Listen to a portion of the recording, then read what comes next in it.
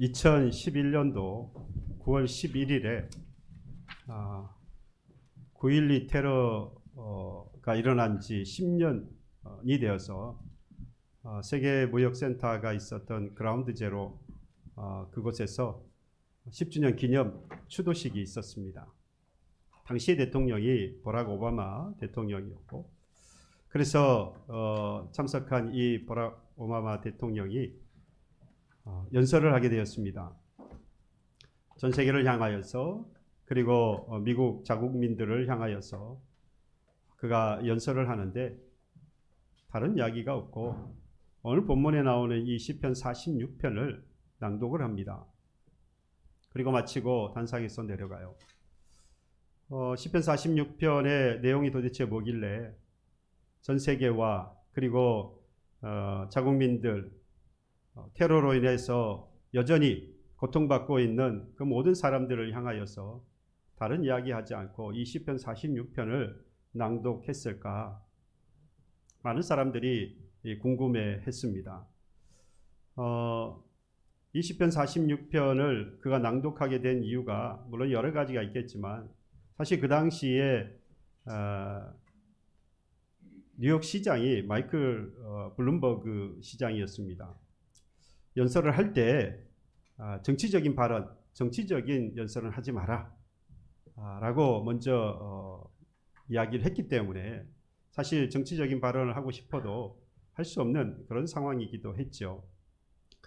하지만 그 어떤 이야기보다 이 시편 46편 하나면 전 세계와 그리고 자국민들에게 위로가 필요하고, 그리고 고통 가운데 여전히 상한 심령으로 남아있는 이 사람들에게 다른 어떤 위로보다도 이 시편 46편이면 충분하지 않겠느냐라고 하는 생각으로 이 버락 오바마 대통령이 46편을 낭독하는 것으로 마치게 됐습니다. 사실 이 시편 46편은 그래서 유명하게 되기도 했지만, 그 이전으로 거슬러 올라가 보면 마틴 루터가 종교개혁할 때 창세기 찬송가 585장 내주는 강한 성이요, 그 찬송시를 작사할 때에 그 기초가 되었던 바로 이 시가 오늘 이 시편 46편 바로 이 시이기도 합니다. 그래서 여러 가지 의미로 보면 이 시편 46편은 참 여러 가지 의미를 담고 있습니다. 그래서 유명해질 수 있는 여러 가지 이 조건들이 있었다는 겁니다. 사실 이 시편은 총 150편이나 되지 않습니까? 성경 가운데에 가장 많은 장수를 차지하고 있는데요. 그 시대도 상당히 광범위하고, 그리고 기록자 역시 여러 가지 마음을 들여서 찬양을 하고 찬송시를 노래하고 있습니다. 그들이 다양한 저자들이 가지고 있었던 당시의 감정이나 상황이나 이런 것들을 다 모아서 아주 진실한 신앙 고백으로, 그리고 탄원하듯이 또 서원하듯이 찬양과 경배를 기록하고 있습니다. 그 가운데에서 이 오늘 46편은 고라의 신이라고 고라 자손의 시이라고 했습니다. 그러니까 고라 자손들이 오늘 이 시편 46편을 기록하면서 그 주제로 삼은 것이 뭐냐? 오늘 본문 1절이라고 할 수 있습니다. 하나님은 우리의 피난처시요 힘이시니 환난 중에 만날 큰 도움이시라. 여러분, 이렇게 고백하게 된 이유가 뭐겠습니까? 이 시편 46편을 기록하면서 이 기록자의 마음속에 무엇이 있었기 때문이겠습니까? 이걸 도대체 벗어날 수 없는, 그러니까 힘과 권능이 있고, 그래서 우리를 위로할 수 있는, 피난처가 되고 환난 중에서 도움이 될 수 있는 그분이 필요했기 때문에 이 노래를 부르지 않았겠느냐는 것이죠. 그러니 이 시편 기자가 지금 당하고 있는 상황은 그야말로 어려운 상황이었을 것이고, 누구에게도 도움을 청했을 때 도움을 받을 수 없을 만큼 고통과 환난 가운데 있었을 바로 그때였을 것이라는 겁니다. 그 상황이 암담하고 힘들었기 때문에 그 하나님을 부를 때에 여러 하나님을 부를 수 있지만 그 가운데에서도 특별히 그 하나님을 피난처라고, 힘이시라고, 나의 도움이 되시는 하나님이라고 고백하고 있다는 것이죠. 살다 보면 9.12 테러와 같이 그런 극박한 세계 공포 속에 빠지게 하는 그런 테러가 아닐지라도 우리는 마치 끝이 보이지 않는 캄캄한 터널, 이러한 것을 지나가는 것과 같이 아무것도 알 수 없고 그리고 끝이 없어 보여 암담한 그러한 현실을 맞을 때가 우리가 얼마나 많습니까? 아마 지금도 그 터널 한가운데 있는 것 같은 그러한 심정으로 이 자리에 오신 분이 계실지도 모르겠습니다. 한 주간을 살면서 하나님의 도우심이 없으면 그 하나님이 피난처가 되시고 그 하나님이 힘이시고 그 하나님이 도움이라고 하는 그 고백이 아니고서는 한 주간을 살 수 없었다라고 고백하는 아마 우리 교우들이 이 자리에 계실지도 모르겠습니다. 그렇다면 오늘 말씀을 다시 한번 깊이 묵상하고 오늘 말씀을 통하여서 다시 한번 새 의미를 얻게 되는 저와 여러분들이 되기를 바랍니다. 그러한 상황에 처해 있다면 바로 그 답이 뭐라는 이야기입니까? 오늘 20편 46편이 바로 해답이 되어질 것이라는 겁니다. 오늘 이 믿음이 저와 여러분들에게 있기를 바랍니다. 먼저 하나님이 살아계시는 것을 믿어야겠죠. 그리고 그 살아계신 하나님께서 우리가 겪고 있는 그 절망과 좌절과 그리고 시련 속에서 아무것도 할 수 없다라고 생각하게 될 바로 그때 도우시리라고 하는 그 확신을 가지게 되는 그 믿음이 함께 있다면 분명히 하나님의 살아계심을 경험할 수 있는 아주 좋은 기회가 될 것입니다. 그러니 어렵고 힘든 상황은 나를 하여금 좌절하거나 실망하거나 실패하는 인생으로 몰아갈 수도 있지만 도리어 그러한 상황은 하나님이 살아계시다고 하는 것을 경험할 수 있는 아주 절호의 기회가 되기도 합니다. 이는 그 사람에게 달려있는 것이죠.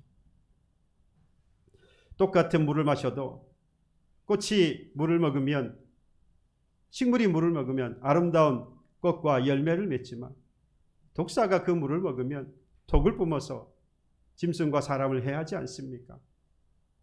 같은 상황이라고 할지라도 그 상황을 어떻게 내가 받아서 해결하는가에 따라서 전혀 다른 삶을 살 수 있는 것입니다. 어렵고 힘든 상황이 빠져서 좌절과 실망으로 실패하는 인생이 있는가 하면 그것이 오히려 그 사람으로 하여금 하나님이 살아계시는 것을 경험할 수 있는 기회가 될 수 있다는 것. 바라기는 저와 여러분들은 인생의 실패로 가는 그러한 환난과 역경이 아니라 도리어 그것이 저와 여러분들을 하나님이 살아계심이라고 하는 것을 경험할 수 있는 기회로 만들어갈 수 있는 저와 여러분들이 되기를 바랍니다. 그래서 7절과 11절에 이렇게 고백을 하게 됩니다. 만군의 여호와께서 우리와 함께 하시니 야곱의 하나님은 우리의 뭐라고요? 피난처시로. 이게 후렴구처럼 나와요. 후렴구처럼 반복이 되어서 나옵니다. 만군의 여호와 하나님께서 우리와 함께 계시며 우리의 편이 되시고 우리와 함께 같이 행하시고 결코 우리를 떠나지 않을 것이기 때문에 적군이 아무리 우리를 에워싸서 넘어뜨리려고 한다고 할지라도 결코 우리는 뭐 할 필요가 없는 것입니까? 두려워할 필요가 없다라고 하는 것입니다. 그래서 3절에 이렇게 고백했습니다. 바닷물이 솟아나고 뛰놀지라도 그것이 넘침으로 산이 흔들릴지라도 우리는 두려워하지 아니하리로다. 믿으십니까? 여러분, 이 당시에 이 시편 기자가 오늘 이와 같은 하나님의 도우심 피난처가 되시고 힘이 되시고 그리고 위로가 되시고 그 하나님이 우리의 큰 도움이 되신다라고 고백할 당시에 그에게 닥쳐왔던 적군이 대적이 누구인지는 정확하게 이 시편 46편에서는 기록하고 있지는 않습니다만은 통상적으로 아수르라고 봅니다. 히스기야 왕 때입니다. 이 히스기야 왕 때에 북이스라엘이 이 아수르에게 멸망을 당하고 이 아수르가 이제 남유다 쪽으로 쳐들어 내려옵니다. 그의 힘이 너무 강성해서 이미 예루살렘 성 주위를 이미 에워쌌습니다. 그 말은 이미 다른 성들은 뭐 했다는 겁니까? 이미 다 점령을 당했다는 이야기죠. 이제 이 예루살렘 성 하나만 정복하면 이 남유다도 완전히 끝이 나는 상황이 되는 겁니다. 히스기야가 그러한 때를 지금 만나고 있습니다. 아수르 군대가 18만 5천 명이라고 하는 대군을 이끌고 이 남유다에 쳐들어왔고 이제 예루살렘 성을 정복하려고 하는 그 마지막 시점에 온 것으로 봅니다. 그런데 이 예루살렘 성이라고 하는 것이 그렇게 호락호락한 곳은 아닙니다. 그 위치가 높아서 천의 요새가 되기도 해요. 그래서 쉽게 침략할 수 없는 성이기도 합니다. 그런데 이 예루살렘 성에 아주 취약한 점이 있어요. 아주 큰 약점이 하나 있습니다. 그 안에 물이 없다는 겁니다. 마실 물이나 생활용수로 쓸 그 물이 그 안에는 없어요. 그러니까 적군이 에워싸게 되어지면 물이 없어서라도 이 예루살렘 성에서 나와서 기드론 골짜기에 가서 기온섬에서 물을 길어다가 써야 하는 겁니다. 그런데 적군이 18만 5천 명이라고 하는 적군이 틈틈이 에워싸고 있으니까 나갈 수 없지요. 그러니 아수르 군대들은 뭐라고 생각하겠습니까? 이 사네립 왕은 당연히 포섭만 하고 있으면, 지키고만 있으면 결국 이들은 망할 수밖에 없다. 그래서 철저히 지키고 있었던 거죠. 그런데 이미 히스기야 왕은 이 물에 대한 대비가 되어 있었습니다. 기드론 골짜기에 있는 기온샘에서 터널을 뚫어서, 양쪽으로 터널을 뚫어와서 그 물이 물길을 내어서 예루살렘 성으로 물이 들어오게 터널을 뚫었어요. 그래서 그 물이 모인, 예루살렘 안에 그 물이 모인 곳의 이름이 바로 실로암입니다. 지금도 그 실로암이 있고, 그리고 그 터널이 아직도 있어요. 그래서 이스라엘 백성들은 그 터널을 히스기야 터널이라고 부릅니다. 그러니까 이 아수르 대군들, 아수르 왕이었던 사네립이 생각했던 전략, 그 모든 것들이 숲으로 돌아간 것이죠. 그 일로는 해결할 수 없는 상황이 된 겁니다. 그런데 여기서 그치지 않고 이 아수르 왕이었던 사네립이 랍사게를 통하여서, 이 랍사게는 그의 군대 장관이었습니다. 통하여서 이스라엘을 모독하게 합니다. 그러니까 하나님을 모독하게 하는 거예요. 이스라엘 백성들에게 있어서 여호와라고 하는 것, 그리고 예루살렘 성이라고 하는 것은 자신들의 목숨과 같은 것입니다. 그런데 그 여호와 하나님을 향하여서 모독을 하게, 랍사게를 통하여서 여호와 하나님 모독하게 만들어요. 근데 이 소리를 들은 이 예루살렘에 있었던 이 백성들이, 이스라엘 백성들이 마음에 민심이 요동을 치는 겁니다. 환경적으로 사실은 지금 에워싸여 있기 때문에 사실 얼마나 어렵고 힘든 상황입니까? 해결할 방법이 없어요. 18만 5천 명과 싸워서 이길 상황도 안 됩니다. 그런 상황 가운데에서 밖에서 그 하나님, 여호와 하나님을 모독하고 그런 상황을 보면서 그들의 마음에 요동을 친 거예요. 그때에 이 히스기야 왕이 그의 신하 가운데에서 뽑아서 그 이사야 선지자에게 보내게 되어집니다. 그들에게 붉은 베옷을 입히고, 그래서 이사야 선지자로 하여금 하나님 앞에 기도하라고. 그 신하들이 베옷을 입고 간 이유가 뭐겠습니까? 지금 우리가 죽게 되었다라는 거죠. 그래서 이사야 선지자로 하여금 우리의 이 죽게 된 사정을 하나님께 아뢰달라. 그렇다고 해서 히스기야 왕은 가만히 있었냐? 그렇지 않습니다. 히스기야 왕도 하나님 앞에 이렇게 기도했습니다. 열왕기하 19장 16절에 여호와여 귀를 기울여 들으소서, 여호와여 눈을 떠서 보시옵소서. 마치 지금 하나님께서 눈을 감고 계시는 것 같고 하나님께서 귀를 막고 있으신 것 같아요. 제발 그 귀를 열으셔서 들어주시고, 제발 그 눈을 열어서 우리가 지금 당하고 있는 상황을 제발 보아주십시오. 그리고 하는 고백이, 사네립이 살아계신 하나님을 비방하러 보낸 말을 들으시옵소서. 히스기야 왕이 그들이 보낸 이 서신과 그들이 모독하는 그 소리를 듣고 하나님 앞에 펼쳐놓고 읽고 있는 겁니다. 하나님, 이들이 이렇게 하나님을 모독하고 있는데 하나님 어찌 귀를 열지 않으시고 어찌 눈을 뜨지 않으시고 여전히 이와 같이 놔두십니까? 이들을 멸해달라고 하나님 앞에 기도한 겁니다. 여러분, 기도가 그렇게 어려운 건 아니에요. 그의 심정을, 당시의 상황을 담아서, 그의 심정을 담아서 잘 기록한 마치 일기와 같은 내용도 마음을 담아서 하나님께 드리면 그게 바로 기도가 되는 겁니다. 그러니 여러분, 기도할 때에 기도문을 준비해서 오는 것은 결코 부끄러운 일이 아닙니다. 오히려 잘하는 기도라고 할 수 있어요. 아무튼 그러한 상황 속에서 이제 19절에 가서 보면 이렇게 이야기합니다. 우리 하나님 여호와여, 원하건대 이제 우리를 그 손에서 구원하옵소서. 그리하시면 천하만국이 주 여호와가 홀로 하나님이신 줄 알리이다. 이건요, 하나님으로 하여금 이제 더 이상 발을 뺄 곳이 없도록 만드는 것과 같습니다. 이런 이야기죠. 하나님께서 우리를 도우셔서 이곳에서 우리를 승리하게 하시면 하나님이 하나님인 것을 세상이 알 것이고, 만약에 우리를 하여금 이곳에서 건져주시지 않으면 하나님은 하나님이 아닌 것이 되는 겁니다 라고 이야기하는 것과 같습니다. 하나님이 어떻게 하겠어요? 이러지도 못하고 저러지도 못하시고, 만약에 계획이 물론 그럴 일은 없지만 하나님 계획이 없으셨다 할지라도 계획을 바꾸셔야 할 판입니다. 히스기야 왕이 이렇게 기도했습니다. 그에 대한 기도의 응답은 있었습니다. 완벽한 하나님의 기도의 응답이 있었어요. 여호와의 사자가 하룻밤에 아수르 군대 18만 5천 명을 그냥 다 멸했습니다. 그래서 오늘 본문의 이 시편 기자는 이와 같은 환난과 이와 같은 어려움으로 해서 절망하고 좌절할 수밖에 없는 이러한 상황 속에서 누구를 의지하라고 이야기하는 겁니까? 지금 완전히 포위되어서 죽게 된 상황 가운데에서 지금 누구를 의지해야 한다는 거예요? 여호와 하나님을 의지해야 한다는 것이죠. 그 하나님이 피난처가 되시고 힘이 되시고, 그리고 그 하나님이 능력이 되셔서 우리로 하여금 그 환난에서 이겨 나아갈 수 있게 해 주실 분이시니까, 피난처가 되시는 하나님이시라, 그의 백성을 보호하시는 하나님이시라, 그리고 늘 도우시는 하나님이시라. 그러니 그 하나님께로 가야 한다라고 오늘 노래하고 있는 겁니다. 그 하나님을 의지해야 한다라고, 의지해야 할 분은 오직 하나님 여호와 하나님 한 분뿐이라고 오늘 노래하고 있는 것입니다. 여러분 무슨 환경을 만났습니까? 지금 여러분들 어떤 삶을 살아가고 있습니까? 오늘 한 주간 살아오면서 오늘까지 여러분 어떤 상황에 있었어요? 그 상황이 어떠했을지라도 마음이 상하고, 또는 형편이 어려워서, 또는 우리의 마음과 몸 그리고 정신 모든 것이 다 어려워진 상황에 있었다 할지라도 오늘 이 말씀을 보시면서 여러분들 해답을 얻기를 바랍니다. 오직 의지할 분은 누구라는 겁니까? 여호와 하나님 한 분뿐이라는 것입니다.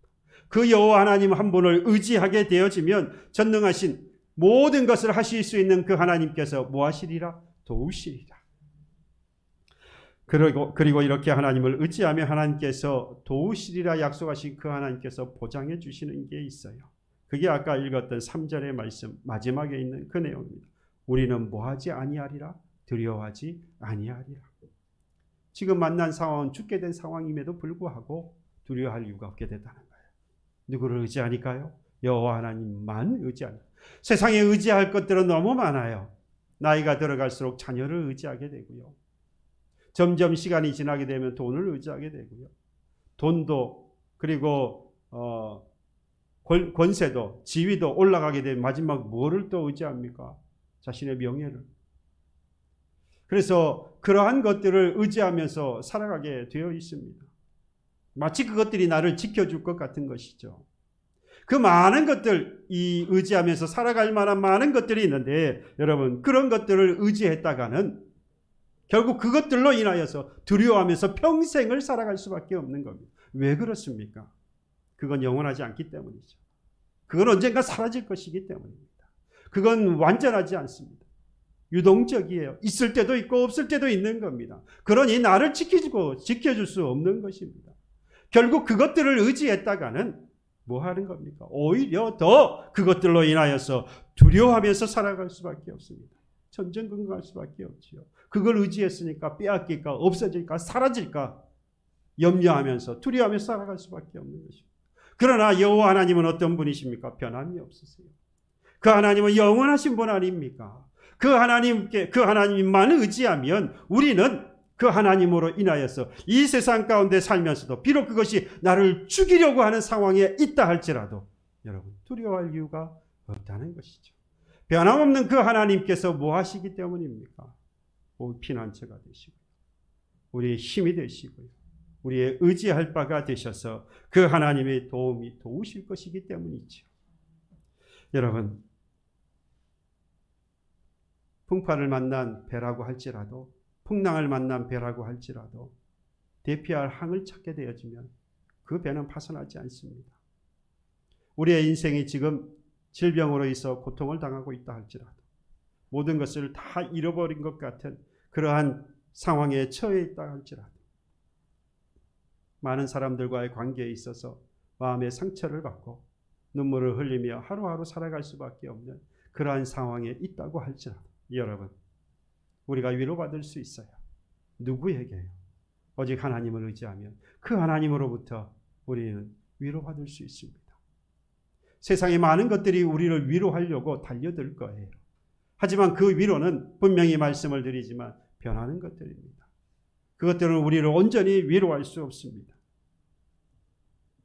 이 세상의 피난처는 온전한 피난처가 되지 못합니다. 어떤 상황에서는 오히려 그 피난처라고 믿었던 바로 그것이 오히려 나를 더 위험한 함정으로 빠지게 할 수도 있습니다. 그래서 우리는 영원하고 견고한 피난처가 되신 오직 그 하나님 한 분만 의지하며 나아가야 할 것입니다. 그래서 고백할 수밖에 없었던 게 뭐라는 겁니까? 1절인 거예요. 하나님은 우리의 피난처시요 힘이시니 환난 중에 만날 도움, 큰 도움이시라. 이 고백이 저와 여러분들의 고백이 되기를 원합니다. 오늘 이 46편의 표제에 보시면 고라자스의 시 인도자를 따라 알라못에 맞춘 노래라고 했는데 이 알라못은 처녀라는 뜻을 가지고 있어요. 이건 높은 음을 내는 악기에 맞춰서 이 46편 시를 노래하라는 이야기입니다. 마치 소프라노 같은 거예요. 그러니까 시편 46편을 부를 때는 하고 부르면 안 되는 거예요. 하고 불러야 된다 이 말입니다. 왜 그렇게 했어요? 그 하나님이 피난처가 되고 힘이 되시고 그 하나님이 도움이 되시니까 높은 소리를 내는 것처럼 그렇게 하나님을 부르라 이 말이죠. 근데 시편 6편은요 그렇잖아요. 상대적으로 알토와 같아요. 그래서 낮은 음으로 부릅니다. 그러니까 시에 따라서 부르는 그 목소리나 그런 상황도 다 달라요. 어쨌든 간에 참 이스라엘 자손이고 하나님의 백성인 저와 여러분은 지금 어떤 상황이, 어떤 환난이, 어떤 고통, 그러한 것들이 우리를 둘러싸고 있다고 할지라도 여러분 지체하지 말고 어디 품으로 가야 합니다. 하나님 품으로 가야 합니다. 여러분 방금도 제가 하고 불러야 한다고 했잖아요. 하고 부르면서 기어가서 되겠습니까? 쩔뚝쩔뚝 가서 되겠습니까? 그렇게 높이 하나님을 찬양하면 그 주의 품으로 하나님의 품으로 달려가야 하지 않겠어요? 쏜살같이 그 하나님 지체하지 말고 그 하나님께로 달려가야 하겠지요. 전능하신 하나님께서 우리의 피난처가 되시니 세상의 어떠한 세력도 감히 우리를 넘볼 수 없을 것입니다. 여러분 사람들이 실패하게 되어지는 아주 주요한 원인은 힘이나 지식이나 또는 권력이나 우리가 뒷배경이나 이러한 것들이 없어서 실패할 수도 있겠습니다만은 여러분 근본적으로는 힘이 되신다, 도우시는 분이다 라고 하시는 그 하나님을 피난처로 삼지 않기 때문인 겁니다. 전능하신 그 하나님, 그 하나님의 힘이 나와 함께 할 때에 여러분 결국 우리도 능치 못함이 없는 그 능력을 소유하는 자가 되는 것입니다. 우리에게 능력이 있는 것이 아니라 내가 피난처로 삼은 그 하나님의 능력이 있으셔서 그 하나님이 나를 모하심으로 힘이 되시고 도우심으로 나도 능력을 행하는 자로서 이 땅을 살아갈 수 있다는 이야기입니다. 이 은혜가 저와 여러분들의 것이 되기를 간절히 소망합니다. 시편 146편 3절로 5절에 이렇게 말씀했습니다. 귀인들을 의지하지 말며 도울 힘이 없는 인생도 의지하지 말지니 그의 호흡이 끊어지면 흙으로 돌아갔어요. 그날에 그의 생기가 소멸하리로. 여러분 귀인들도 그리고 도울 힘이 있을 것 같았던 그 사람들도 여러분 뭐하지 말래요? 의지하지 말래요. 그들의 도움을 받지를 말래요. 왜요? 그들도 호흡이 끊어지면 죽으면 흙으로 돌아갈 인생일 뿐이다. 그러니 그들을 의지하지 말라. 그리고 뭘 의지하라고 하느냐? 야곱의 하나님을 자기의 도움으로 삼으며 여호와 자기 하나님에게 자기의 소망을 두라라고 말씀합니다. 바로 이 사람이 복이 있다라고 말씀하셨어요. 여러분 하나님의 능력은 세상 그 어떤 사람들이나 그 어떤 권력자의 보장보다도 완전합니다. 하나님의 사랑은 세상의 그 어떤 사람들의 사랑보다도 영원한 것이기에 우리는 어려운 환난을 당할 때에 오직 하나님께만 의뢰하고 그 하나님의 품으로만 달려나가야 할 것입니다. 진정한 진실한 성도의 영원한 피난처는 오직 하나님뿐인 줄로 믿습니다.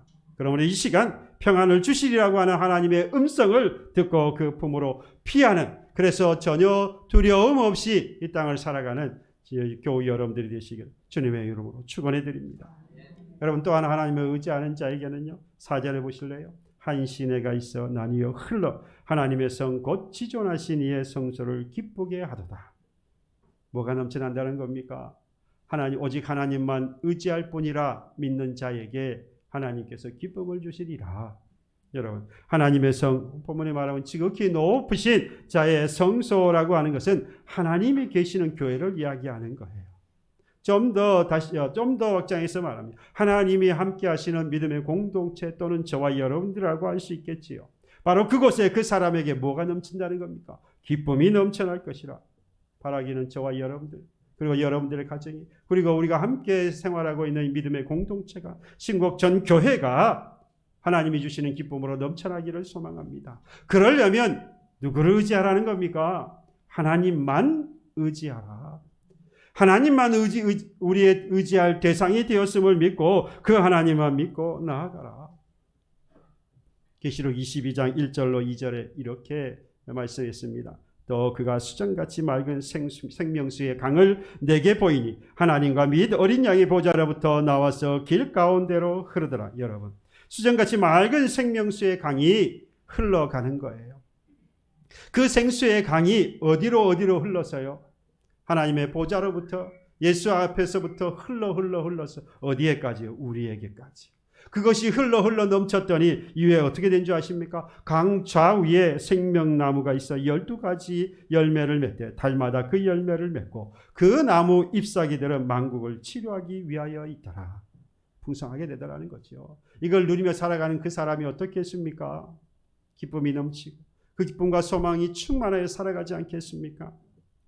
하나님 나라의 생명수 강이 흐르듯이 오늘 하나님이 계시는 저와 여러분들에게, 그리고 여러분들 가정과 우리가 섬기는 신곡 전 교회에도 이 성령의 은혜와 진리의 말씀이 강물이 되어서 흘러넘쳐 우리에게 기쁨이 넘치도록 할 줄로 믿습니다.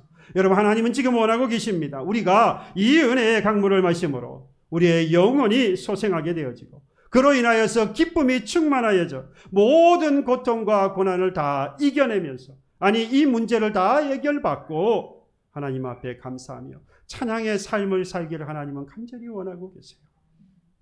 그러므로 세상이 그 어떠한 것들, 세상이 우리로 하여금 야 이거 괜찮아 의지해도 돼 라고 말하는 바로 그것 여러분 철저하게 버리고 오직 하나님을 절대적으로 의지하여서 참 기쁨과 참 소망에, 그리고 삶 가운데 보람을 소유하며 살아가는 저와 여러분들이 되기를 바랍니다.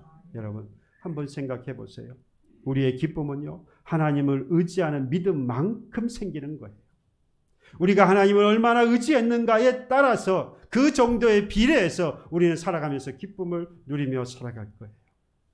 그러니 내가 하나님 안에서 기쁨을 누리고 살아가지 못하고 있다면 내가 하나님을 뭐하지 못하는 겁니까? 의지하지 못하고 있다. 조금 기쁩니까? 조금 하나님을 의지하고 있는 거예요. 굳이 표현하자면.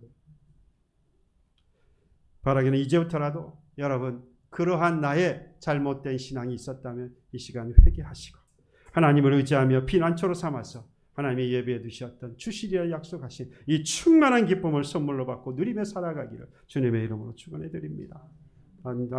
또한 10절에 보니까 하나님을 의지하는 자는 하나님께서 보장해 주시는 게 있어요. 이르시기를 너희는 가만히 있어 내가 하나님 됨을 알지도 왜 가만히 있으라고 하겠어요? 지금 이 아수르와 전쟁이 있을 때에 하나님께서 가만히 있으라고 말씀하시는 이유가 뭐겠습니까? 내가 싸우리라 말씀하시는 거 아니겠어요? 그래서 실제로 여호와의 사자가 18만 5천 명을 다 무찔렀어요. 너희는 가만히 있으라. 내가 싸우리라. 우리에게 지금 여호와를 의지하는 자에게 하나님이 뭐를 약속하고 계십니까? 뭘 보장해 주고 있습니까? 승리를 보장해 주고 있어요. 세상에 그 어떤 세력도 하나님과 싸워 이길 수 있는 세력이 없습니다.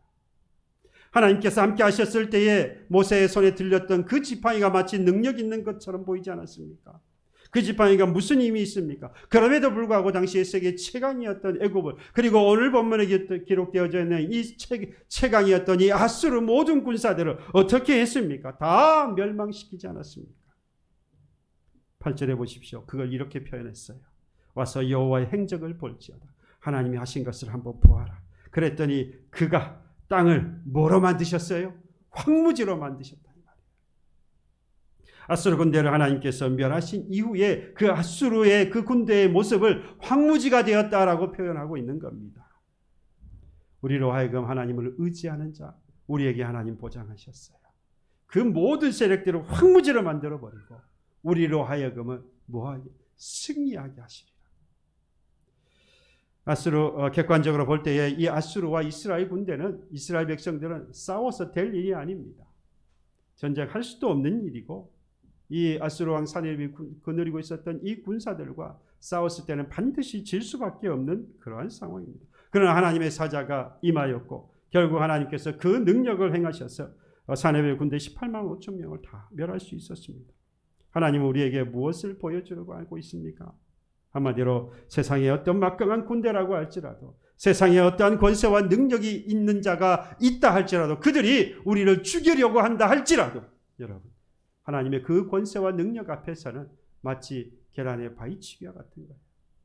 바위의 계란치기와 같은 거예요. 아무런 능력이 없다 이 말입니다. 하나님은 철저히 의지하는 자에게 하나님은 오직 승리만이 있을 것을 우리에게 말씀하고 있습니다. 일생 동안 이 일생을 살아가는 동안에 여러분 승리하는 인생이 되기를 원하지 않습니까? 언제까지 실패하는 인생이라고 하나님 앞에 나와서 눈물을 흘리며 기도하기만 하겠습니까? 하나님 앞에 나와서 승전가를 부르면서, 승리의 개성가를 부르면서 주님 앞에 나와야 되지 않겠습니까? 그렇다면 하나님만 의지하시기를 바랍니다. 우리의 실패는 이런 하나님을 의지하지 못하는 우리의 불신앙에서부터 나온 것입니다. 하나님의 전능하신 능력은 우리의 신뢰를 발판으로 나타나기 때문입니다. 오직 하나님만 신앙하고 오직 하나님만 의지하세요.